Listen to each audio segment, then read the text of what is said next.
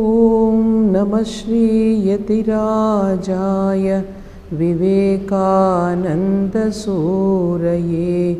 సచ్చిత్సుఖస్వరూపాయ స్వామినే తాపహారిణే. స్వామీజీ కంప్లీట్ వర్క్స్లో మనం ఫస్ట్ వాల్యూమ్లో ఉన్నాము. ఈరోజు చిన్న చిన్న లెక్చర్స్ ఉన్నాయి, అందుకని 2 లెక్చర్స్ చూద్దాం ఈరోజు. మొట్టమొదటిది ప్రాఫెట్ మొహమ్మద్ పైన స్వామీజీ అక్కడ చెప్పారు.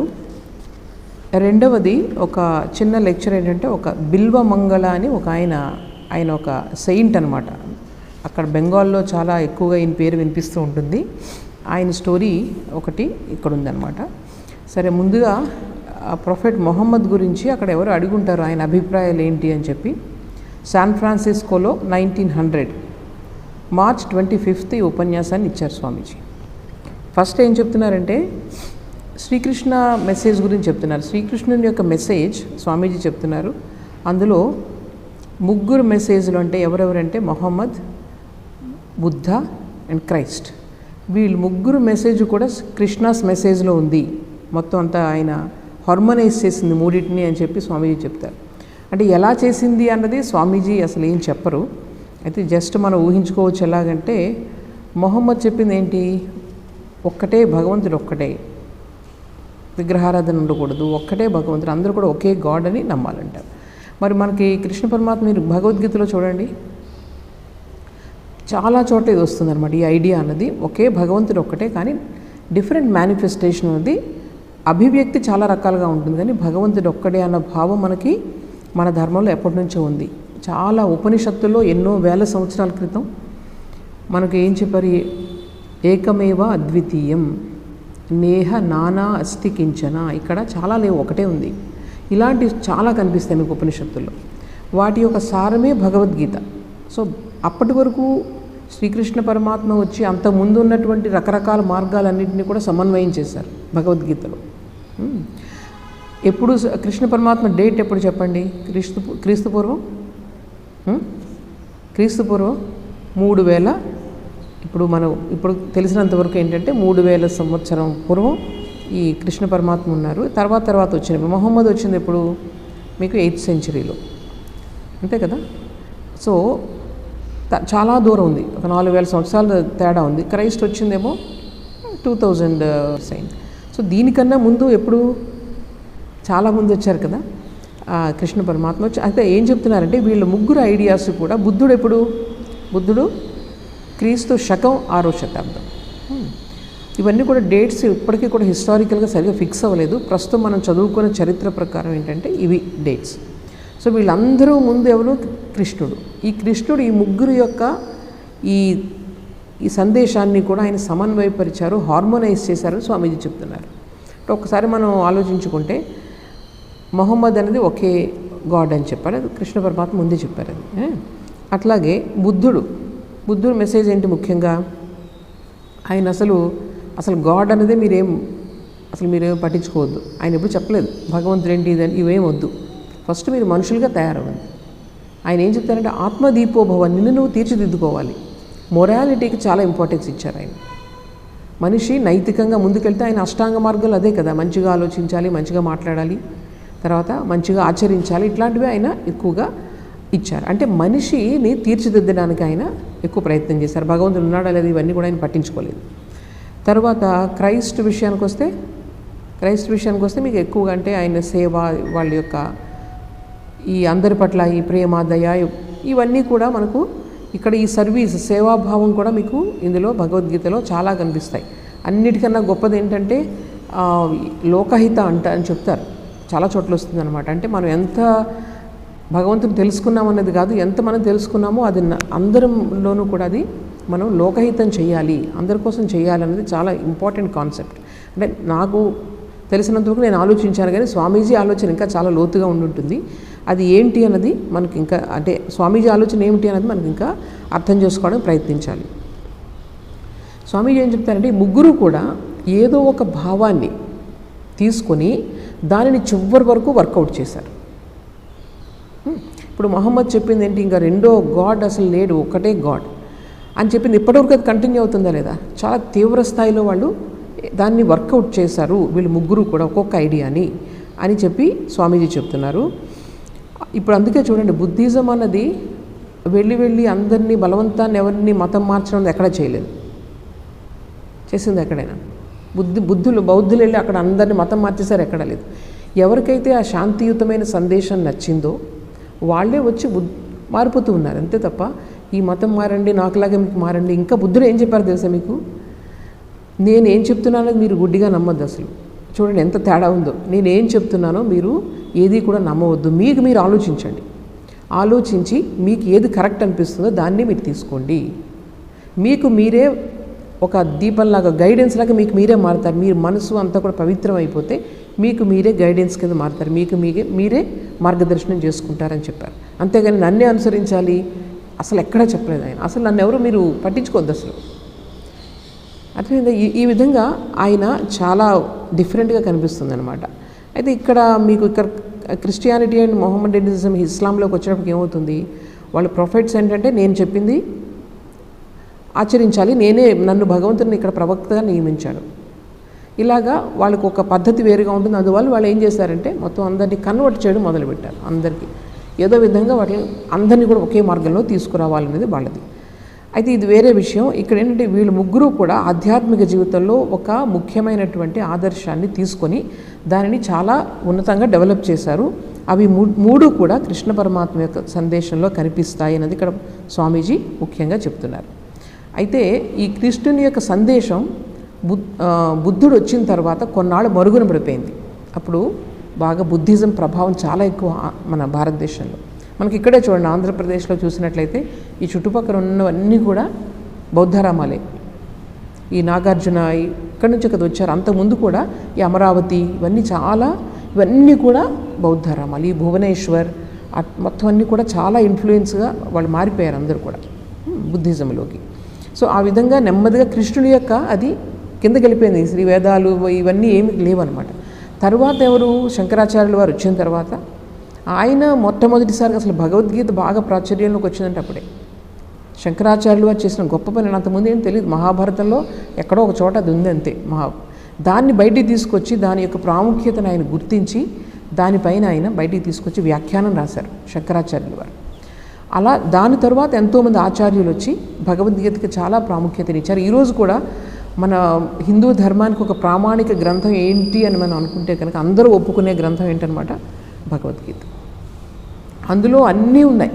అంత ఫిలాసఫీ ఉంది, మీకు జీవితంలో ఎలా ఉండాలో అది ఉంది, మీ వ్యక్తిత్వ నిర్మాణానికి కావాలి అన్ని అంశాలు ఉన్నాయన్నమాట. అందువల్ల దాన్ని ఆ విధంగా గుర్తించారు. ఈ స్వామీజీ చెప్తున్నారు, ఈ రోజు నేను ఈ మొహమ్మద్ గురించి నేను చెప్తాను. మొహమ్మద్ గురించి ఈరోజు మీకు అందరికీ కూడా నేను చెప్తానని చెప్తున్నారు. సో ఆయన గురించి చాలా క్లుప్తంగా చెప్తున్నారు స్వామీజీ.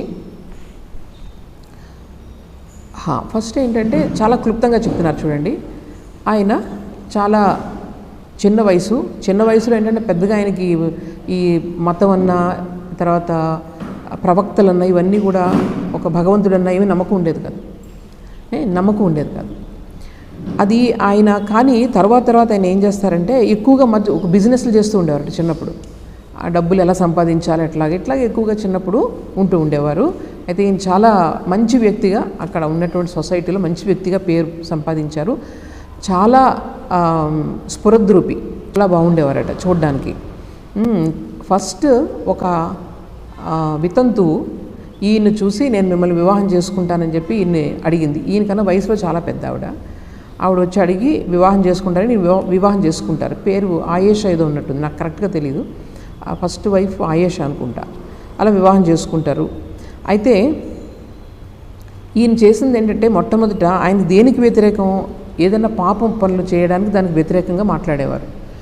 అది కాకుండా విగ్రహారాధన చూడండి, రెండు తేడా ఉంది ఇక్కడ. విగ్రహారాధన అంటే ఐడోలాట్రీ అంటారు. రెండోది ఇమేజ్ వర్షిప్. మన భారతదేశంలో ఉంది ఇమేజ్ వర్షిప్, నాట్ విగ్రహారాధన. అక్కడ ఏం చేసేవారు అన్నమాట, ఒక రాయి దేవుని ఒకదాన్ని చూసుకొని దాన్నే భగవంతుడిని అందరూ రిచువల్స్ చేస్తూ ఉండేవారు అక్కడ ఆయన పుట్టిన చోట. మన భారతదేశంలో కూడా ఈ చిన్న చిన్న రాళ్ళకి శివలింగాలకి అన్ని పూజలు చేస్తాం. కానీ మన మనసులో ఉండే భావం ఏంటి? భావం ఏంటి చెప్పండి? దాని వెనుక ప్రతి మీరు స్తోత్రానికి మీరు చూసినట్లయితే ప్రతి దానికి కూడా ఎలాగ హయ్యెస్ట్ భావం ఉంటుందన్నమాట. మనకు రాళ్ళకు చేయం, అందులో భగవంతుణ్ణి ఆవాహన చేసి, ఎందుకంటే అంత మొత్తం అంతా వ్యాపించినటువంటి భగవంతుని మనం ఎలా ఊహించుకోగలం? అందువల్ల ఏదో ఒక దానిలో, ఒక ఇమేజ్లో, ఏదో ఒక దాంట్లో ఆవాహన చేస్తాం. ఆవాహన చేసి మొత్తం ఆ శక్తిని అందరినీ అందులోనే మనం ఊహించుకుంటూ మనం భగవంతుణ్ణి ధ్యానించడానికి ప్రయత్నం చేస్తాం. ఎందుకంటే మన కళ్ళు, మన మైండ్, ఇవన్నీ ఇంద్రియాలు కూడా మొత్తం అన్నిటినీ వ్యాపించినటువంటి భగవంతుని గుర్తించగలదా? గుర్తించలేదు కదా. అందువల్ల ఎలా గ్రహిస్తాం? అందుకని దాన్ని ఒక రూపాన్ని మనం కల్పించుకొని మనం ఏం చేస్తామంటే దాన్ని ఆరాధన చేస్తూ ఉంటాం. ఇస్లాం ఇక్కడికి వచ్చినప్పుడు వీళ్ళందరికీ ఏంటంటే అప్పుడు మొహమ్మద్ చాలా వ్యతిరేకం ఐడోలాట్రీ పైన, అంటే ఏదో ఒక దాన్ని పట్టుకుని అదే భగవంతుడు అనడం అని చాలా వ్యతిరేకించేవారు. సో అది చూసి వీళ్ళందరూ కూడా ఐడోలాటర్స్ అని ఇప్పటికి మనల్ని భారతదేశంలో చాలా పొరపాటు, దీనికి దానికి చాలా తేడా ఉందన్నమాట. సో అది ఒక ప్రతీక, మనం చేసేదాన్ని సింబాలిక్ వర్షిప్ అంటారు. ఒక సింబల్ని తీసుకుంటాం, ఒక దానికి సింబల్ని తీసుకుని మనం వర్షిప్ చేస్తాం. ఇప్పుడు మన పెద్ద పెద్ద ముత్తాతలు వీళ్ళందరూ పూర్వీకులు ఉన్నారు, వాళ్ళు ఏం చేస్తాం? మనం వాళ్ళ యొక్క ఇమేజ్ని ఏదైనా తీసుకొని దానికి మనం మన యొక్క శ్రద్ధ అన్నింటిని ఎవరు చేస్తాం? మనకి ఇమేజ్గా ఫోటో చేస్తామా? ఆ గ్లాస్కి పేపర్కి మనం పూజ చేయట్లేదు కదా. ఎవరికి చేస్తున్నాం? మనం సింబల్, మన యొక్క పూర్వీకుల యొక్క సింబల్కి చేస్తున్నాం. అట్లాగే భగవంతుడు కూడా అదే సింబాలిక్ అనమాట. ఇది చాలా హిందువులు కూడా చాలామంది నిజమే కదా మన విగ్రహారాధన ఇప్పటికి కూడా మనం విగ్రహాలు చేస్తున్నట్టు, అవును కదా, మనం ఏంటి అసలు ఏం లేదు, ఒక రాళ్ళకి చేస్తున్నాం, ఇచ్చేస్తున్నాం, మీరు ఒక రాయికి పూజ చేస్తూ ఉంటారు, ఇట్లాంటి మాటలు బయట వాళ్ళు అన్నప్పుడు వెంటనే ఎఫెక్ట్ అయిపోతూ ఉంటారంటే వాళ్ళకి తేడా తెలియదు అనమాట. మనం చేసేది ప్రతీక ఆరాధన, ఒక ప్రతీకను పెట్టుకొని చేస్తాం. అక్కడ కూడా దానిని పట్టుకునే మొత్తం అద్వైత స్థాయికి చేరిన వాళ్ళు కూడా ఉన్నారు. రామకృష్ణ పరమహంసని తీసుకోండి, ఆయన ఏం చేశారు? ఒక కాళికామాత భయంకరమైనటువంటి ఒక రూపాన్ని ఆయన ఉపాసకుడిగా ఉండేవారు. ఆయన అటువంటిది ఏ స్థాయికి వెళ్ళారు? ఆయన ఏ స్థాయికి వెళ్ళారు చూడండి. ఎట్లాంటి స్థాయికి అంటే ఆ భగవంతుని యొక్క ఉద్దీపనతో రోజుకి ఎన్నోసార్లు ఆయన సమాధిలోకి వెళ్ళిపోతూ ఉండేవారు, తన శరీరాన్నే మర్చిపోయేవారు. అంటే విగ్రహారాధన నుంచి నిజంగా ఎప్పుడు మనం బయటికి రాగలం అనమాట. సింబల్ నుంచి మీరు మొత్తం ఆ సమాధి స్థితిలో ఈ మనస్సుని శరీరాన్ని కూడా మర్చిపోయినప్పుడే మన విగ్రహారాధన దాటి వెళ్ళగలం. మరి ఎవరైనా సరే, ఎవరైతే విగ్రహారాధనని విమర్శిస్తున్నారో వాళ్ళకి ఏమో సింబల్స్ లేవా? సింబల్స్ ఉన్నాయా లేదా చెప్పండి? ఏ మతంలో లేవు సింబల్స్? క్రిస్టియన్స్ క్రాస్ ఉందా? మరి వీరికి ఉందా లేదా? ఏముంది వాళ్ళకి సింబల్స్ లేవా? ఒక కలర్ సింబల్, ఇవన్నీ సింబల్స్ కాదా? సో ఎందుకు చూడండి, ఇవన్నీ ఆలోచించి చూస్తానంటే ఎన్ని రకాలు మనకి ప్రచారం జరిగి చరిత్రలో ఎంతో నాశనం అయిపోయింది మన యొక్క ధర్మం అనమాట. ఎందుకంటే మనం ఎప్పుడు పట్టించుకోలేదు. ఎందుకంటే మనం ఇప్పుడు నేను నమస్తే చెప్తాను మీకు, నమస్తే ఎందుకు చెప్తున్నావు అని మీకు ఎక్స్ప్లెనేషన్ అడిగితే మనం ఎవరు చెప్పలేం. కానీ మనకు తెలిసి ఎవరైనా చూస్తే నమస్తే చెప్తాం. మనకి ఆచారాలన్నీ అలా కూడా మన పెద్దవాళ్ళు ఏం చేస్తారనమాట, ప్రతిదీ కూడా మన యొక్క ఎలాగ మనం ముందుకు ప్రోగ్రెస్ అవ్వగలం స్పిరిచువల్గా, ఈ విధంగా వాళ్ళ ఆచార వ్యవహారాలన్నింటినీ కూడా మనం సెట్ చేసి పెట్టారు. అంతేకాని ఒక సగటు హిందువుని వచ్చి నువ్వు ఎందుకు చేస్తున్నావు అంటే ఎవరు చెప్పలేరు. కానీ లోపల హీ ఫీల్స్ రెస్పెక్ట్, ఎవరైనా చూసినప్పుడు నేను నమస్కారం చేయాలి. సో ఇలాగ మనకు అన్నీ కూడా సింబాలిక్గా మన పూర్వీకులని తీసుకొచ్చారు తప్ప మనం ఎప్పుడూ కూడా ఇది ఏంటి తప్పు అని మనం ఆలోచించలేదు.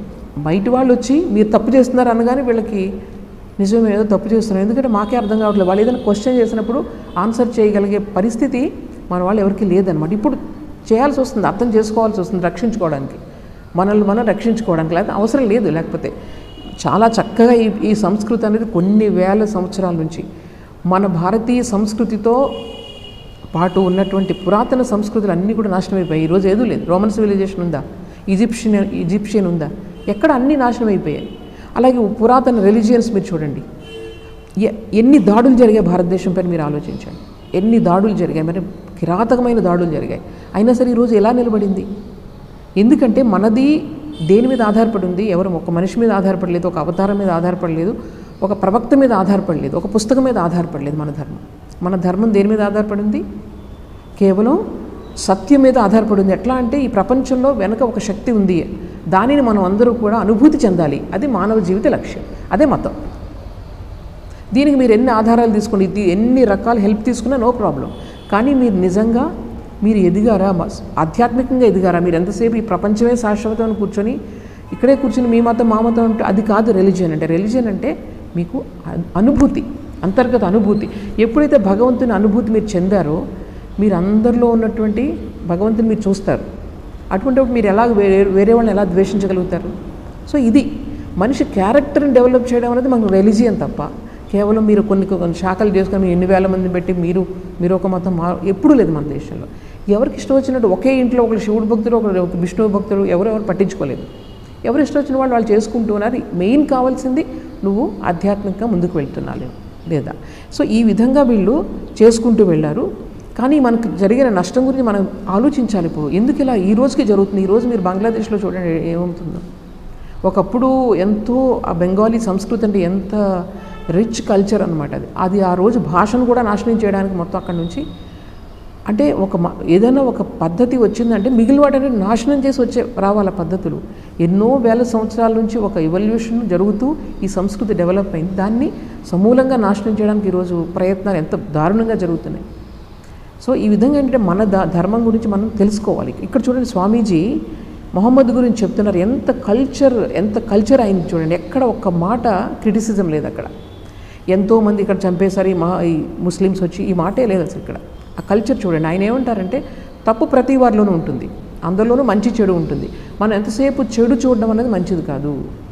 ఎప్పుడు కూడా ఈ ఈగలు ఇవన్నీ కూడా మా చెడు విషయాలపై వాళ్తూ ఉంటాయి. కానీ ఒక బీ అంటే తేనెటీగ ఏం చేస్తుంది? ఎప్పుడు కూడా మంచి వాటి మీదే అది వెళ్తుంది.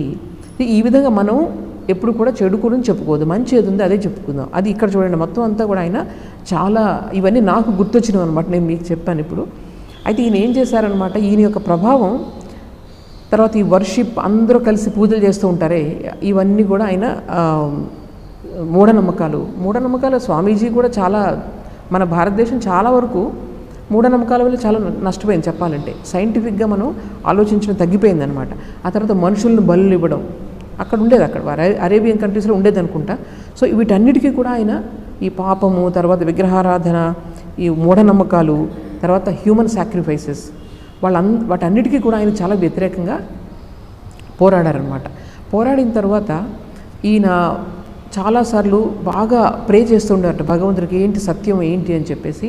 ఆయనకి ఏమైందంటే ఈ విజన్స్ రావడం మొదలుపెట్టాయండి. విజన్స్ అంటే ఏవో చూడడం భగవంతుడి గురించి అవన్నీ రావడం, తర్వాత కొన్ని కళలు రావడం, ఇవన్నీ రావడం మొదలుపెట్టి. అది మీకు తెలుసు కదా, అప్పుడే ఆయనకి ఏవో వస్తే అవన్నీ కూడా ఖురాన్ అలాగే ఆయన రాస్తారనమాట. రంజాన్ మంత్లో అవన్నీ ఆయనకి వినిపిస్తే అవన్నీ కూడా ఆయన రాస్తారు. సో అందులో ఈ గేబ్రియల్ అని ఎవరో అంటారు కదా, వాళ్ళకి దేవదూత ఎవరో అంటారు. క్రిస్టియానిటీలో కూడా ఇది ఉంది. ఈయనకి కళలో కనిపించి ఆయన ఏం చెప్పారంటే, ఇప్పటి నుంచి నువ్వే ప్రవక్తవు, ఓన్లీ ఒక్కడే భగవంతుడు ఉన్నాడు, నువ్వే ప్రవక్తవు. ఈవెన్ ఇప్పుడు అంతకుముందు క్రిస్టియానిటీ ఉంది కదా, వీళ్ళు వచ్చే ముందు Christianity already 800 years back Christianity వచ్చింది. సో అది కూడా మొత్తం నాశనం అయిపోతాయి. ప్రపంచంలో ఉన్న మిగిలిన మతాలు సంప్రదాయాలు కూడా నాశనం అయిపోతాయి. నీ యొక్క ప్రభావంతో నువ్వే ప్రవక్తవి, నువ్వు ఇదంతా బోధించు. ఇక్కడే కొంచెం ట్విస్ట్ అనమాట. ఇక్కడ ఏంటంటే నువ్వు ప్రవక్తవి బోధించంటే సరిపోతుంది, కానీ ఇక్కడ ఏంటంటే మిగిలినవన్నీ నాశనం అయిపోతాయి. ఇది ఇక్కడ కొంచెం చాలా ఇదిగా అనిపిస్తుంది. అయితే ఏమైందంటే ఈయన ప్రభావం, ఆయన యొక్క చరిత్ర, ఆయన యొక్క వ్యక్తిత్వం ప్రభావం ఎంత ఎక్కువగా ఉండేదంటే ఆయన ఏం చేస్తారు, ఫస్ట్ మక్కాలోకి వెళ్ళి ఇక్కడ ఆయన ప్రీచ్ చేస్తారు. ఇలాగ నేనే భగవంతుని యొక్క ప్రవక్తను, దేవదూతను, నేను వచ్చి మీకు అందరికీ కూడా సత్యాన్ని చెప్తున్నాను, వినండి, ఇలా ఉండాలి అని ఆయన చెప్తూ ఉన్నారు. చెప్తూ ఉంటే ఆ రోజుల్లో వాళ్ళందరూ సాధారణంగా ఏదైనా ఏంటంటే కొంచెం కొత్తగా ఎవరైనా చెప్తున్నారంటే ఆయన్ని బాగా బాధలు పెడతారనమాట. అక్కడ బాధలు పెడితే ఆయన ఏం చేస్తారు, మదీనాకి వెళ్ళిపోయి అక్కడ ప్రీచ్ చేయడం మొదలు పెడతారు. అక్కడ బోధిస్తూ ఉంటే చాలామంది ఈయన యొక్క వ్యక్తిత్వానికి ఆకర్షితులై ఈయనకి ఫాలోవర్స్ కింద మారిపోతారు, అనుచరుల కింద మారిపోతారు. మారిపోయి నెమ్మది ఒక్కొక్క రాజ్యాన్ని ఈయన జయించడం మొదలు పెడతారు. వీళ్ళందరినీ తీసుకెళ్ళి మొత్తం రోమన్ ఎంపైర్ అండ్ పర్షియా ఈ కంట్రీస్ అన్నీ కూడా ఆయన కిందకు వచ్చేసాడు. ఆయన యొక్క అంత పవర్, అంత కాంకరింగ్ పవర్ అనమాట. స్వామీజీ అంటారు మొత్తం ఒక్క వ్యక్తి యొక్క ప్రభావంతో దేశాలన్నీ కూడా ఆ ప్రభావానికి వచ్చేస్తాయి. ఇందులో చాలా ఏంటంటే ఆయన చూసారు, ఆయన వచ్చిన తర్వాత ఈ క్రిస్టియానిటీ పేరు మీద వాళ్ళందరూ కూడా, జీసస్ పేరు మీద అందరూ కూడా రాజకీయాలు నడుపుతున్నారు. ఇవన్నీ చూసారు ఆయన. ఎక్కడైనా అంతే కదా చూడండి, ఎక్కడైనా ధర్మం ఎప్పుడు కూడా ప్యూర్గా ఉండదు. అందరిలోనూ కలిసిపోయి ఏమవుతుంది, అది కొంచెం అది డైల్యూట్ అవుతూ వస్తూ ఉంటుంది. సో ఆ పరిస్థితిలో ఆయన అది చూశారు. అలాగే ఈ పర్షియాలో ఏమైందంటే, పర్షియా అంటే ఇప్పుడు ఎక్కడుంది, అది ప్రస్తుతం ఇరాన్ అనమాట. ఇరాన్లో అప్పుడు పార్సీ మతస్థులు ఉండేవారు. అప్పుడు వాళ్ళందరినీ కూడా వీళ్ళు కన్వర్ట్ చేసేసారు, మొత్తం ఇరానియన్స్. అక్కడ నుంచి చాలామంది పారిపోయి వచ్చేసారు మధ్యలో. వచ్చేసి ఇండియాకి వచ్చేసారు. మన టాటా గారు వీళ్ళందరూ కూడా అలా వచ్చిన వాళ్ళే, జంషెడ్జీ టాటా వీళ్ళందరూ పార్సీ మతస్థులు. కానీ మనకు వచ్చి హాయిగా వాళ్ళ మతం వాళ్ళు ప్రాక్టీస్ చేసుకున్నారు, భారతదేశంలో చక్కగా హాయిగా వాళ్ళు ఉన్నారు. అయితే వీళ్ళందరినీ ఈ పార్సీ వాళ్ళు డ్యూయలిజం ప్రాక్టీస్ చేస్తారంటే ఒకటి కాదు ఉన్నది, 2 రియాలిటీస్ ఉన్నాయని అలా ఏదో వాళ్ళు చెప్తున్నారని చెప్పి వాళ్ళు కూడా ఉన్నది ఒకటే రియాలిటీ అని చెప్పి ఆయన వాళ్ళకు మొత్తం కూడా ఆక్రమించేస్తారు. ఆక్రమించి అన్నింటినీ కూడా ఇస్లామిక్ కంట్రీస్ కింద మొత్తం మార్చేస్తారనమాట. అయితే వీళ్ళ యొక్క సిద్ధాంతం ఏంటంటే there is only one God and ఆయన మొత్తం ఈ ప్రపంచంలో ఉన్నటువంటి చరాచర జగత్ అంతటికి కూడా ఆయన అధిపతి. అది నేను చెప్పడానికి, మొహమ్మద్ అనే నేను చెప్పడానికి వచ్చానని చెప్పి ఆయన చెప్తూ వస్తూ ఉండేవారు అనమాట. అయితే ఈయన ప్రీచ్ చేసింది ఏంటంటే చాలా సింపుల్గా ఉండేది వీళ్ళ మతం అన్నది. ఎట్లా అంటే చూడండి, నెంబర్ 1 స్వామీజీ కూడా చాలా దీన్ని అప్రిషియేట్ చేసేవారు. అదేంటంటే ఈక్వాలిటీ. ముస్లిం అనగానే ఎలాంటి వాళ్ళైనా సరే వాళ్ళందరూ కూడా ఈక్వల్. ఒకసారి నువ్వు ఇస్లాం ధర్మంలోకి వస్తే వాళ్ళందరూ ఈక్వల్గా ట్రీట్ చేస్తారనమాట. ఇది చాలా గొప్ప విషయం అని చెప్పి స్వామీజీ చెప్తూ ఉంటారు. ఎందుకంటే మన సమాజంలో చాలా అసమానతలు ఉండేవి, చాలా అసమానతలు. అలాగే దాంతోపాటు ప్రివిలేజెస్, ఒక్కొక్కరికి ఎక్కువ గొప్ప, ఒకళ్ళు తక్కువ, ఇట్లాంటి భావాలు చాలా ఉండేవన్నమాట. నిజంగా ఈ విషయంలో మాత్రం ఇస్లాం ఇప్పటికీ కూడా వాళ్ళు అది. తర్వాత ఏంటంటే కొంచెం మంచి పని చేయడం, పేదవాళ్ళకి సహాయం చేయడం, ఇట్లాంటి చాలా సింపుల్గా. అలాగే నీకు నిజంగా నువ్వు రిలీజియస్ అయితే కనుక నువ్వు ప్రేమగా ఉండాలి. ఈ ఒక్కటి ఇతర మతాలని నాశనం చేసేయాలి అనే భావమే లేకపోతే ఈరోజు చాలామంది దాన్ని సొంతంగా చేసుకునేవారేమో అనిపిస్తుంది. ఎందుకంటే అంత ఈక్వాలిటీ ఉంది, అలాగే ఎదుటి వాళ్ళకి ఈ ప్రేమ ఇవన్నీ ఉన్నాయి. తర్వాత చాలా సింపుల్ అంటే రోజుకి నువ్వు ఇన్నిసార్లు తప్పకుండా డిసిప్లిన్గా 4-5 సార్లు నమాజ్ చేయాలి, భగవంతుని తలుచుకోవాలి. ఏది చేసినా ఆయనే చేస్తున్నారని ఎప్పుడు కూడా భగవద్భావంలో ఉండడం. ఇస్లాం అనగానే వాళ్ళకి ఏంటంటే ఎప్పుడు కూడా భగవద్భావంలో ఉండాలి. ఏది చేస్తున్నా భగవంతుడే. దాన్ని మనం ఏమంటాం, శరణాగతి ఇవన్నీ అంటాం. సో ఈ విధంగా చాలా సింపుల్గా చాలా చక్కగా ఈ రిలీజియన్ వాళ్ళు ఉండేదన్నమాట కొత్తలో. సో ఇక్కడ ఎవరైనా సరే, ఏ కంట్రీ అయినా సరే, ఏ రిలీజియన్ అయినా సరే, ఒకసారి నువ్వు ఇస్లాం తీసుకుంటే వాళ్ళు ఇమీడియట్గా మ్యారేజెస్ చేసుకుంటారు, వాళ్ళు మొత్తం ఇస్లాం కింద వాళ్ళు మారిపోతారనమాట. ఈ విధమైన దానివల్ల ఏంటంటే ఇది అందరినీ తొందరగా ఆకర్షించగలిగింది. ఆకర్షించి తొందరగా అందరూ కూడా కన్వర్ట్ అయిపోయారనమాట. తర్వాత మీకు అంటే 14th century అలా వచ్చేటప్పటికి ఇంకా ఈ క్రిస్టియానిటీ అండ్ ఇస్లాం మధ్య భయంకరమైన యుద్ధాలు జరిగాయి. క్రూసైడ్స్ అంటారు కదా, యూరోప్లో భయంకరమైన యుద్ధాలు జరిగి కొన్ని లక్షల మంది చనిపోయారు మొత్తం పేరు మీద. ఇది ఒకటే దురదృష్టం అన్నమాట జీవితంలో. ఎవరు క్రైస్తు అలాగే ఆయన్ని మంచి విషయాలే చెప్పేళ్ళారు, ఆయన కష్టపడ్డారు, అందరి కోసమే జీవించారు. అలాగే ఈయన కూడా మంచి విషయాలే చెప్పేళ్ళారు. కానీ అనుచరులు మాత్రం అది ఎక్కడో, ఎందుకంటే అందరినీ నాశనం చేసేది ఎప్పుడు మతం ఎలా అవుతుంది చెప్పండి, అందరినీ ఉద్ధరించాలి కదా మతం అన్నది. సో అక్కడ ఏదో చిన్నది జరిగింది. దీనివల్ల ఏంటంటే మనకి ఎన్నో భయంకరమైన యుద్ధాలు చరిత్రలో జరిగాయి మతం పేరుతో. అయితే మన భారతదేశంలో మాత్రం మతం పేరుతో ఏనాడు జరగలేదు. ఇక్కడ చాలా లిబరల్ మతం విషయంలో, ఎవరిని కూడా అదే ఇప్పుడు అయిపోయింది లిబరల్. కాబట్టి ఇప్పుడు మనం ఏది పట్టించుకోం, ఎవరికి ఏదైందంటే నో ప్రాబ్లం. యూనిటీ లేదు అసలు, ఒకే ఆత్మీయత లేదు. ఎందుకంటే ఎవరిష్టం వచ్చినట్టు వాళ్ళు ఉండొచ్చు అని ఎవరిని ఏమనరు. సో ఆ విధంగా అయిపోయి ఈ రోజు ఏంటంటే ఒక అస్తిత్వానికే ప్రమాదం వచ్చిందని అనిపిస్తూ ఉంటుంది నాకు. ఇన్ని తరతరాల యొక్క ఎన్నో వేల సంవత్సరాల నుంచి డెవలప్ అయిన ఈ ధర్మం ఎన్నో ఒడిదుడుకుల్ని తట్టుకుని నిలిచింది ఈ రోజుకి కూడా. సో దీనికి ఏంటంటే కొంచెం అందరూ కూడా అర్థం చేసుకోవాల్సిన అవసరం చాలా ఉంది. దీనికి చాలా లోతు, మామూలుగా జస్ట్ ఒక మార్గం ఇలా చెప్పేయడం కాదు. ఇది ఇప్పటికీ కూడా ఇది ఇవాల్వింగ్ ధర్మ. ఇది కరెక్ట్గా ఈ రూల్స్ చేస్తేనే ఇది నువ్వు అని చెప్పడం కాదు. ఇక్కడ ఇప్పటికీ అది ఇంకా ఇంకా ఇంకా ఇంకా అది పరిణామం చెందుతూనే ఉంది. అది దాని యొక్క ఫ్లెక్సిబిలిటీ అంటారు దాన్ని. ఎన్ని మార్గాలను అందులో పెట్టుకోవచ్చు.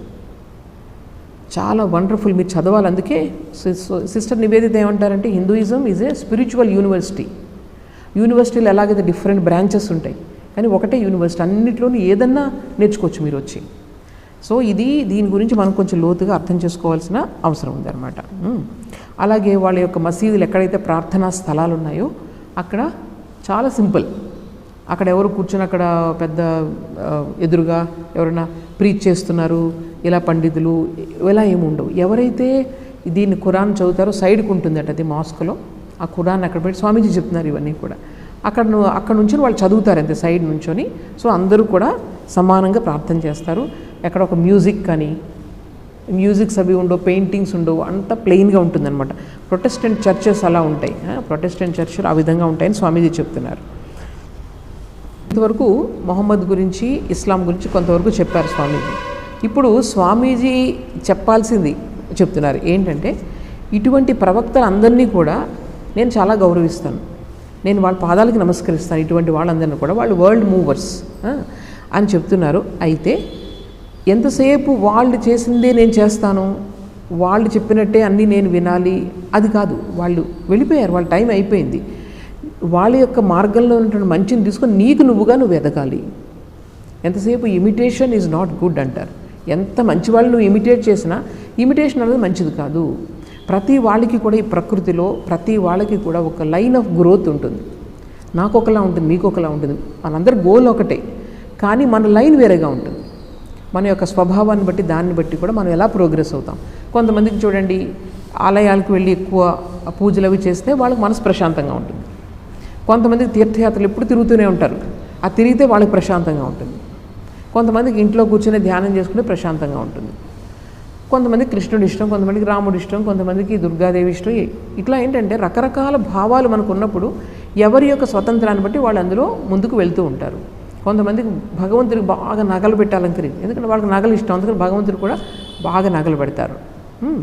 కొంతమందికి అసలు ఇష్టం ఉండదు, అలంకారాలు ఇష్టం ఉండదు. అందుకే మనకు 2 రకాలు ఉన్నాయి. ఇక్కడ చూశారు కదా, శివుడు, విష్ణు, కృష్ణ, వీళ్ళందరినీ ఆరాధించే వాళ్ళందరూ కూడా అలంకారాలను ఇష్టపడతారు. ఇంకా దేవీ మందిరం అంటే అలంకారం తప్పకుండా ఉంటుంది, అలంకారాలను ఇష్టపడతారు. అందుకే శ్రీరామకృష్ణ పరమహంస ఎవరైనా వచ్చినప్పుడు నువ్వు విష్ణువా లేకపోతే శివుడి యొక్క అభిమానివా, విష్ణువు అభిమానివా అని అడుగుతుండేవారు. అంటే మనకు అలా 2 గ్రూప్స్ ఉన్నాయి చూడండి ఎప్పుడు కూడా. అది ఈ శివాలయాలు ఇవన్నీ కూడా చాలా సింపుల్గా ఉంటాయి, బూడిద ఉంటుంది, అక్కడ ఆభరణాలు ఏమి ఉండవు ఎక్కువగా. ఇక్కడ మాత్రం చాలా గార్జియస్గా ఉంటాయి. ఇవి 2 కూడా మనుషుల యొక్క సాధకుల యొక్క అవసరాలను బట్టి ఇవన్నీ కూడా డెవలప్ అవుతూ వచ్చాయన్నమాట. సో స్వామీజీ ఏం చెప్తారంటే ఎప్పుడూ కూడా మనమందరం కూడా ప్రవక్తలంత గొప్పవాళ్ళమే అంటారు స్వామీజీ. ఈ మాట అంటే అందరికి కోపం వస్తుంది, కానీ స్వామీజీ అంత ఫెయిత్ మన మీద. ఆ అడ్డంకులు ఉన్నాయి, వాటన్నింటినీ కూడా తొలగించుకుంటూ పోవాలి. తొలగించుకుంటూ పోతే మీలో కూడా అది ఉంది. ఒక బుద్ధుడు చెప్పారు ఆ విషయం. ఏం చెప్పారంటే, మీరు ఫాలో అవ్వద్దు, నేనేం చెప్తే అది మీరు వినొద్దు, నన్ను ఫాలో అవ్వద్దు. మీరు ఏం చేస్తారంటే ఆత్మదీపోభవ, మీకు మీరే జ్యోతులుగా మీరు ఉండాలి, మీకు మీరే మార్గదర్శులు. ఆ విధంగా మీ వ్యక్తిత్వాన్ని తయారు చేసుకోవాలి. Be not an imitation of Jesus but be Jesus అంటారు స్వామీజీ. తర్వాత ఇంకొక విషయం ఏంటంటే, ఎందుకంటే మనం గొప్ప అని చెప్తున్నాము, మీరు ఉన్నారు కాబట్టి భగవంతుడు కూడా ఉన్నారు. మీరే లేరనుకోండి, మీ ఇమాజినేషన్లోనే కదా భగవంతుడు ఉన్నది, అవునా కదా? మీ అనుభూతిలో భగవంతుడు ఉన్నాడు. సపోజ్ మీరే లేరనుకోండి, భగవంతుడు ఉన్నాడా? సో అన్నిటికీ కేంద్ర బిందువు మీరే లేకపోతే ప్రపంచం లేదు, మీరే లేకపోతే భగవంతుడు లేడు. అంత గొప్పవాళ్ళు మీరు. సో మన యొక్క అవేర్నెస్, మనలో ఉన్న చైతన్యమే అలాగొచ్చి ఆ భగవంతుడి గురించి ఆలోచిస్తూ ఉంది, భగవంతుడి గురించి అనుభూతి చెందుతుంది. ఇదంతా కూడా మనమే లేకపోతే ఏమీ లేదు. కాబట్టి మనం అంత గొప్పవాళ్ళు, అది గుర్తుపెట్టుకోండి. Everything you are giving light to this entire world అంటారు స్వామీజీ. అంటే అర్థమేంటి? నాకు అవేర్నెస్, నాలో ఉన్న చేతన ఉన్నప్పుడే ఈ ప్రపంచం అనేది ఉంది అని నాకు తెలుస్తుంది. అంటే నువ్వు నీ యొక్క చేతనలో నువ్వు చూస్తున్నావు కదా. నేను ఇక్కడ చూస్తున్నాను, నేను మిమ్మల్ని అందరినీ చూస్తున్నాను, నాకు ప్రపంచం నాకు ఒక రకంగా కనిపిస్తుంది. ఇప్పుడు మీరు చూస్తున్నారు, మీకు ఒక యాంగిల్లో కనిపిస్తూ ఉంటుంది. అంటే మీ అవేర్నెస్ అంటారు దాన్ని ఇంగ్లీష్లో, అలాగే తెలుగులో చేతన అంటారు. ఈ చేతనలో ఇదంతా కూడా everything is floating. So you are important. If you are not there, nothing is there. అర్థమైందా? సో అది స్వామీజీ పాయింట్ అది. సో అందువల్ల స్వామీజీ ఏం చెప్తారంటే, ఈ పెద్దవాళ్ళందరినీ చక్కగా మీరు చూడండి, వాళ్ళని చదవండి, వాళ్ళ గురించి అర్థం చేసుకోండి, కానీ ముందుకెళ్ళండి. ఇంకా అక్కడే స్టకప్ అయిపోవద్దు. అక్కడే స్టకప్ అవ్వకుండా మీకు మన భగవంతుడు ఏం చూపిస్తున్నాడు అన్నదాన్ని మీరు ఇంకా ముందుకు వెళ్ళాలి అని చెప్తున్నారు. అంటే వాళ్ళు ఏం చెప్పారని చెప్పేసి వాళ్ళని చూసి నమస్కారాలు చేసి వాళ్ళు పూజలు చేసేసి అయిపోయింది అనుకోకూడదు. మనం ఏం చేయాలి? వాళ్ళు ఏం చెప్పారో ఆచరించాలి. ఆచరించకుండా మనం ఏం చేస్తాం? భగవద్గీత ఉందని గుళ్ళో పెట్టేస్తాం, మనం పూజా రూమ్లో పెట్టేసి 4 అక్షంతలు 4 పువ్వులు వేసేస్తాం, అయిపోయింది. కృష్ణుడు అంటే చాలా భక్తి అండి నాకు, అది భక్త. దానివల్ల ఏం రాదు, మనకి అసలు ఏమి రాదు. అందులో ఉన్నదానిని ఉద్ధరేది ఆత్మనాత్మానం అని అందులో ఉంది భగవద్గీతలో. అంటే నిన్ను నువ్వే ఉద్ధరించుకోవాలి అని ఉంది అక్కడ. అలా కాకుండా నాకు ఏదైనా కష్టం వచ్చే కూర్చుని ఏడుస్తూ భగవద్గీత పూజలు చేసేసి వచ్చేస్తాయి. ఉద్ధరేది ఆత్మ, అందులో టీచింగ్ ఏదైతే ఉందో అది మీరు నన్ను కష్టం వచ్చినప్పుడు నేను పైకి తీసుకెళ్తాను, ఎందుకు అలా కుంగిపోవడం ఎందుకు? అది ఆచరిస్తే నిజమైన మార్పు వస్తుంది తప్ప కేవలం పూజలు అవి చేసేసి అదే మనం చేసే పొరపాటు. ఎప్పుడు కూడా ఒక వ్యక్తి దగ్గర అవతారం దగ్గర పూజలు చేసేసి ఇవి చేసేసి వ్రతాలు చేసేసి అక్కడ ఆగిపోతాం అంతే, అందులో ఉన్నది పాటించాం. అందుకే మతం అంటే చాలామందికి విసుగు వస్తూ ఉంటుంది, ఎందుకంటే పెద్ద పెద్ద మాటలు చెప్తూ ఉంటారు వీళ్ళు, పెద్ద పెద్ద ఇంత విభూతులన్నీ ధరిస్తూ ఉంటారు, కానీ చేసేవన్నీ కూడా ఇట్లాంటి పనులన్నీ చేస్తూ ఉండి ఎవరికి నమ్మకం వస్తుంది మతం పైన? సో ఆచరణ అన్నది చాలా ముఖ్యం. అదే చెప్తున్నారు, ఏదో ఒక మార్గాన్ని తీసుకోవడం, నమ్మడం, ఏదో ఒక మార్గాన్ని నమ్మడం చాలా సులభం. మేము అందరూ పలానా మతానికి చెందిన వాళ్ళం అండి, పలానా మార్గానికి చెందిన వాళ్ళం, మేము రామకృష్ణ మిషన్కి చెందిన వాళ్ళం, మేము శారదా మఠంకి చెందిన వాళ్ళం అని ఐడెంటిఫై చేసుకోవడం, 4 ప్రోగ్రామ్స్ అటెండ్ అవ్వడం వెరీ ఈజీ. కానీ క్యారెక్టర్ బిల్డింగ్ ఏది మనం కోరుకుంటున్నారు? ఇప్పుడు శారదా మఠం ఉంది, శారదాదేవి యొక్క ఆ మార్గంలో జీవితాన్ని తీర్చిదిద్దుకోవడం అనేది మీకు అసలు విషయం. అలా కాకుండా ఇక్కడికి వస్తామండి, మేము రోజు భజనకు వస్తాం, లేదా ఇవన్నీ పుస్తకాలు చదువుతాం, దానివల్ల లాభం ఉంది. నేను మారాలి, అది స్వామీజీ చాలా చాలా ఎక్కువగా చెప్తున్నారు. అలాగే రిలీజియన్ అన్నది ఏదో ఒక సిద్ధాంతాలు, కొన్ని ఏంటంటారు రూల్స్ అండ్ రెగ్యులేషన్స్, ఇది కాదు రిలీజియన్ అంటే. రిలీజియన్ ఈజ్ ఆత్మానుభూతి, రియలైజేషన్ అని చెప్తున్నారు స్వామీజీ. అయితే ఇవన్నీ చేయకూడదా? ఇవన్నీ మనం చేయొచ్చు. ఏవి మనం ఈ రూల్స్ అండ్ రెగ్యులేషన్స్ ఉన్నాయి, ఇవన్నీ మనం చేయొచ్చు. కానీ ఏంటంటే అసలు విషయం ఏంటంటే మతం అంటే మనిషి మారాలి. మనిషి మారకుండా కేవలం మన సంఖ్యను పెంచుకుందాం, మాకు ఇంతమంది మీటింగులు పెట్టేసి ఎక్కువ మందిని మనం మతాలను మనం చేర్చుకుందాం, ఇది కాదు పద్ధతి. మతం అన్నది మారాలి. ఏ మతంలో ఉన్నా మనిషిగా నువ్వు మారకపోతే వేస్ట్ అనమాట. అదే స్వామీజీ ఎప్పుడు కూడా ఈ అనంత కాలగమనంలో గొప్ప గొప్ప వాళ్ళందరూ కూడా అవతార పురుషులు వస్తున్నారు. వచ్చి ఎప్పుడైతే ధర్మం అవనతి చెందిందో ఆ ధర్మాన్ని పునరుద్ధరించడానికి ఆ గొప్ప వాళ్ళు వస్తారు. వాళ్ళకి ఇన్స్పిరేషన్ ఇచ్చి, ఆ భగవంతుడు ఎవరైతే ఉన్నారో వాళ్ళకి ఇన్స్పిరేషన్ ఇచ్చి వీళ్ళందరినీ కూడా వాళ్ళ ద్వారా మనకు ఒక మంచి విషయాలు చెప్పిస్తున్నారు ఆయన. ఇప్పుడు వాళ్ళ ద్వారా చెప్పిస్తున్నారని చెప్పి అవతార పురుషులందరినీ కూడా ఒక్కొక్క సెక్ట్ కింద తయారు చేస్తే, ఒక తెగ కింద వాళ్ళు కొట్టుకుంటూ ఉంటే ప్రయోజనం ఏమి ఉండదు కదా. సో మనం ఎప్పుడైతే ఎవరు వచ్చినా, అక్కడ మనకు కృష్ణుడు వచ్చినా, రాముడు వచ్చినా, తర్వాత అక్కడ విదేశాల్లో ఆ క్రైస్ట్ వచ్చినా, మహమ్మద్ వచ్చినా, అక్కడ ఇప్పుడు సమాజ పరిస్థితులను బట్టి మీరు చూడండి, బ్యాక్గ్రౌండ్ చదివితే ఎట్లా ఉంటుంది. అక్కడ కిరాతకాలు పెరిగిపోయి, రాజులు అన్యాయంగా మారిపోయి, ఆ టైంలో ఈ భగవంతుడు ఒక మంచి సందేశంతో వాళ్ళు వస్తారనమాట. వచ్చినప్పుడు మనకు మళ్ళీ గుర్తు చేస్తారు, ఇట్లా ఉండాలి మీరు అని చెప్పి. అది మనం గుర్తు చేసుకుని మనం ముందుకు వెళ్ళాలి తప్ప మనం ఏంటంటే స్టకప్ అయిపోతే ఈరోజు జరుగుతున్నది అదే. యుద్ధాలంటే ఎంత ఏంటంటే కిరాతకంగా మొత్తం మనుషులు ట్రీట్ చేసుకుంటున్నారంటే, సో ఇది చాలా శోచనీయం. సో స్వామీజీ ఇది చెప్పి ఆయన గొప్ప గొప్ప మెసెంజర్స్ వచ్చారు, వాళ్ళందరూ చాలా గొప్ప విషయాలు చెప్పారు, అదంతా కరెక్టే. కానీ మనం కూడా మనకు భగవంతుడు ఏ మార్గం చూపిస్తున్నారో మనం దానిని బట్టి వాళ్ళ యొక్క సహాయం తీసుకుంటూ ముందుకు వెళ్ళాలి. డోంట్ ఫాలో ఎనీబడి బ్లైండ్లీ అని చెప్తారు స్వామీజీ. స్వామీజీ ఒకప్పుడైతే ఆయనకి ఎన్ని పవర్స్ ఉండేవి, స్పిరిచువల్ పవర్స్. అమెరికాలో ఒకసారి ఇక్కడ నుంచి అమెరికా వెళ్ళినప్పుడు ఆయన ఫుల్ పవర్లో ఉన్నారు, మొత్తం సాధన చేసి ఆయన ఎంత వైరాగ్యం. విదేశాలకు వెళ్ళినప్పుడు కొన్ని వేల మంది కూర్చొని ఉన్నారు, అందరూ కూడా అక్కడ కూర్చొని ఉంటే ఈయన చెప్పే మాటలకి ఆల్మోస్ట్ మెస్మరైజ్ అయిపోతున్నారు వాళ్ళు. ఒక ఏంటంటే మైక్ అంటారే ఆ టైప్లో అయిపోతున్నారు. స్వామీజీ వెంటనే ఏం చేశారు తెలుసా, ఇంకొంచెం సేపు ఆయన మాట్లాడితే వీళ్ళందరూ కూడా బ్లైండ్గా ఆయన వెనకొచ్చి ఫాలో అయిపోతారు. అంతటి మెస్మరైజింగ్ పవర్ ఉండేది, అంటే ఆ స్పిరిచువల్ పవర్. అప్పుడు అనుకున్నారు, ఇది దిస్ ఐ డోంట్ వాంట్. వెంటనే ఆయన స్పీచ్ ఆపేశారు. ఇది this very dangerous for their spiritual growth. అలా ఒక మనిషిని బ్లైండ్గా ఫాలో చేయించడం అన్నది చాలా అది అబ్స్టకిల్ అనమాట స్పిరిచువల్ గ్రోత్కి. సో మనిషికి నువ్వు సహాయం చేయాలి, వాళ్ళ దారిలో వాళ్ళు ముందుకెళ్ళేలాగా మనం సహాయం చేయాలి. సో ఇది స్వామీజీ చాలా క్లియర్గా ఈజీగా ఆయన పెద్ద ఆయనకున్న పవర్స్తో ఆ మిరాకిల్స్ కూడా చేయగలిగే పవర్ ఉండేది స్వామీజీ. మనుషుల్ని అలా చూస్తే ఒకసారి మొత్తం రీడ్ చేసేవారు చాలాసార్లు. అలా ఎమ్మా కాల్వే అని మొత్తం అన్నీ ఆవిడ మనసులో ఉన్న విషయాలన్నీ చెప్పేస్తున్నారు. తర్వాత డేవిడ్ రాక్ఫెల్లర్, వీళ్ళందరూ కూడా మొత్తం వాళ్ళ మనసులో ఉందంటే మొత్తం చెప్పేస్తున్నారు. ఆ పవర్స్ అలా ఉండేవి. చివరిలో స్వామీజీ అంటారు, తర్వాత ఐ లాస్ట్ దోస్ పవర్స్. ఎందుకంటే బాగా మిక్స్ అయిపోయి అవుట్వర్డ్ అయిపోయింది యాక్షన్ అంతా కూడా. ఎప్పుడైతే అవుట్వర్డ్ అయిపోయిందో స్లోలీ యోగిక్ పవర్స్ అన్నీ కూడా ద టైం బీయింగ్ తగ్గిపోతూ ఉంటాయి అన్నమాట. కానీ ఒకప్పుడు మాత్రం ఆయనలో అంతటి శక్తి ఉండేది. సో ఇది మొహమ్మద్ పైన చెప్పారు. దాని తర్వాత ఇంకొక లెక్చరు స్వామీజీ చెప్తుంటే ఇది ఒక 10 నిమిషాలు పడుతుంది. దీని తర్వాత ఆ పుస్తకంలో ఉన్నది ఏంటంటే బిల్వమంగళ అనే ఒక సెయింట్, ఆయన గురించి చెప్తున్నారు. ఇది వెరీ ఇంట్రెస్టింగ్ స్టోరీ. ఈయన ఏంటంటే ఆయన బ్రాహ్మిన్, జన్మతః ఆయన బ్రాహ్మణుడు. వాళ్ళ ఇంట్లో కూడా అన్ని కర్మకాండలు అన్నీ కూడా చేస్తూ ఉండేవారు. అయితే ఈయన ఏంటంటే ఒక వేరే ఊర్లో ఒక అమ్మాయితో, ఒక ప్రాస్టిట్యూట్ ఆవిడతో ఆ ప్రేమలో పడ్డాడనమాట. ఒక ఇల్లీగల్గా ప్రేమలో పడ్డాడు ఆయన. అయితే ఏం చేస్తూ ఉండేవాడు, ఎప్పుడు రాత్రి అక్కడ ఒక నది ఉంటుంది వీళ్ళ గ్రామానికి వాళ్ళ గ్రామానికి. ఆయన ఎప్పుడు అక్కడికి వెళ్తూ ఉండేవాడు. కానీ ఒకసారి ఏమైందంటే వాళ్ళ నాన్నగారిది చనిపోవడంతో ఆ ఫ్యూనరల్ రైట్స్ ఉంటాయి కదా, కర్మకాండాలు అవి చేయాల్సి వస్తుంది. ఆ రోజంతా ఉదయం బ్రాహ్మణులు కాబట్టి చాలా నిష్ఠగా అవన్నీ చేయాల్సి వస్తుంది. ఉదయం నుంచి సాయంకాలం వరకు పనులు చేసుకుంటున్నాడు, కానీ మనసులో మాత్రం ఆవిడే మెదులుతుంది, వెళ్ళలేకపోయాను. చాలా ప్రేమ అనమాట. అయితే ఆ రోజు ఈ వీళ్ళ యొక్క కార్యక్రమాలన్నీ కూడా ముగిసిపోయిన తర్వాత ఇంక రాత్రి అయిపోయింది, విపరీతమైన వర్షం పడుతుంది.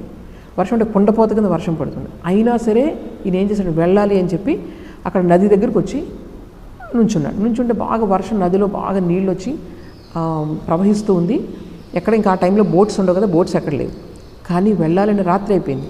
అప్పుడు ఏం చేశాడంటే అక్కడ నుంచి ఒక పెద్ద దొంగ కొట్టుకొని వస్తుంటే దాన్ని పట్టుకుని అవతల ఒడ్డుకి వెళ్ళిపోయిన తర్వాత ఇంకా వర్షంలో తడుచుకుంటూ వెళ్ళి వాళ్ళ ఇంటికి వెళ్ళి తలుపు కొడితే ఎవరు తీయట్లేదు. అంత ఓరు వానలో ఎవరు తీస్తారు, తలుపు తీయట్లేదు. మొత్తం చుట్టూ గోడ ఉంది, ఆ గోడ చుట్టూ తిరుగుతున్నాడు, ఎక్కడి నుంచి వెళ్ళొచ్చా లోపలికి అని చెప్పేసి.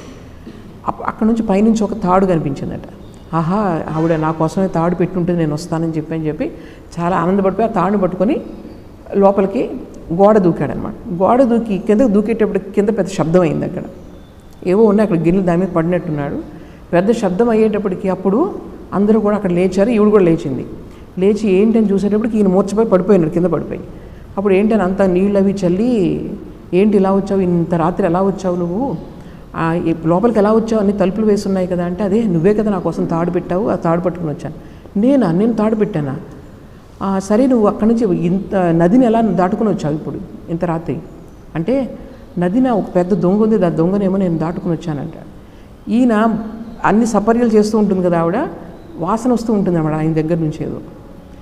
ఏదో ఉంది, తేడా ఉందని చెప్పి సరే మనం వెళ్ళి చూసొద్దాం ఒకసారి, ఎక్కడ నువ్వు తాడు పట్టుకున్నావు చూపించి నాకంటే అక్కడ గోడ దగ్గర నుంచి తాచుపాము తోక పెద్దది వేలాడుతూ ఉంటుందన్నమాట.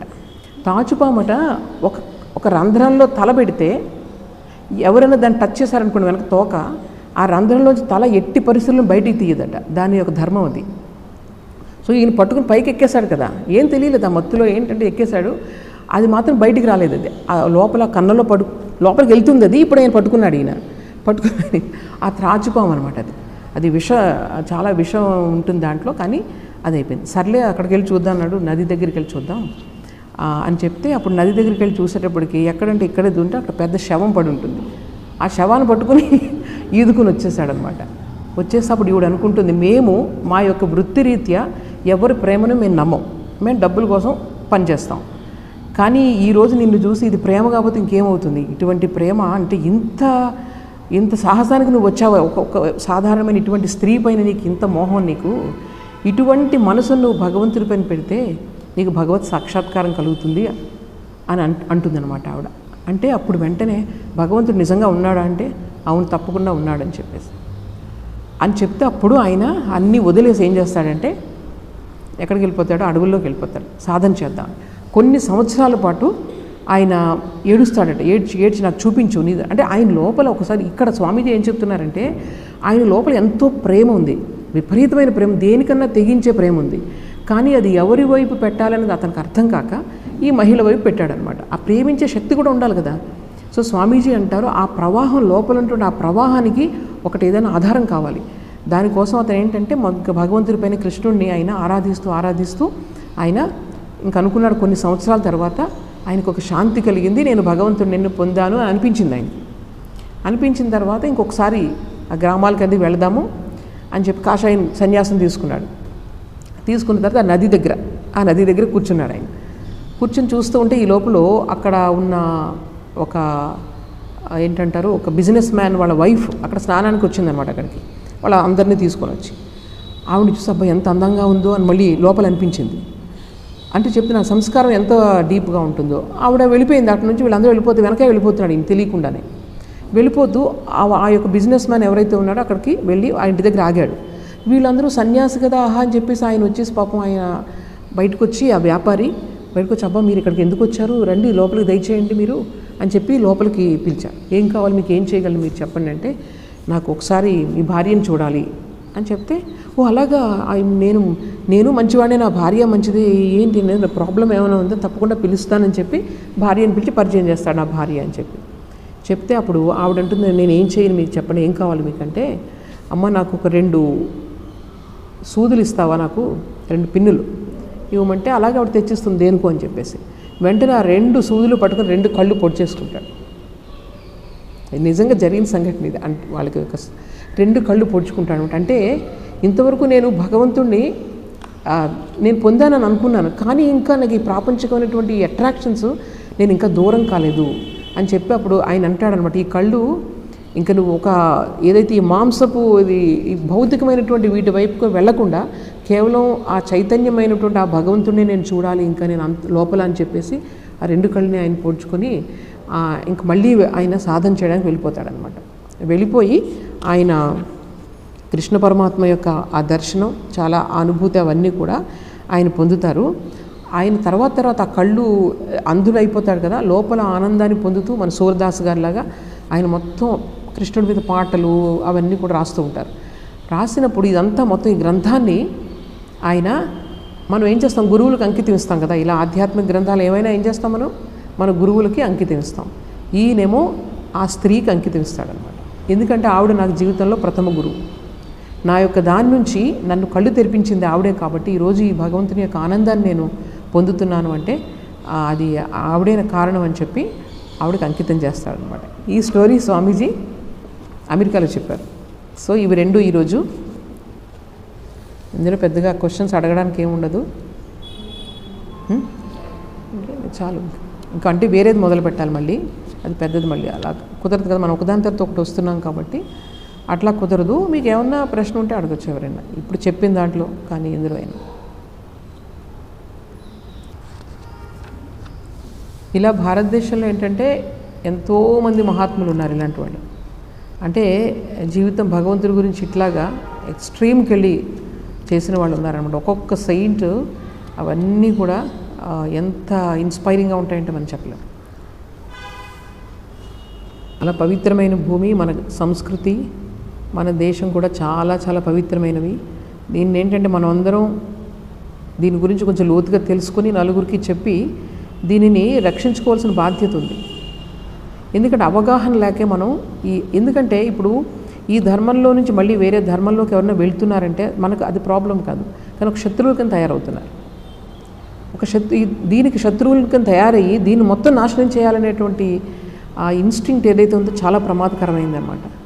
స్వామీజీ అంటారు, ఇది ఒకవేళ భారతదేశం కనుక నశిస్తే మొత్తం స్పిరిచువాలిటీ తుడిచిపెట్టుకుపోతుంది ప్రపంచం నుండి.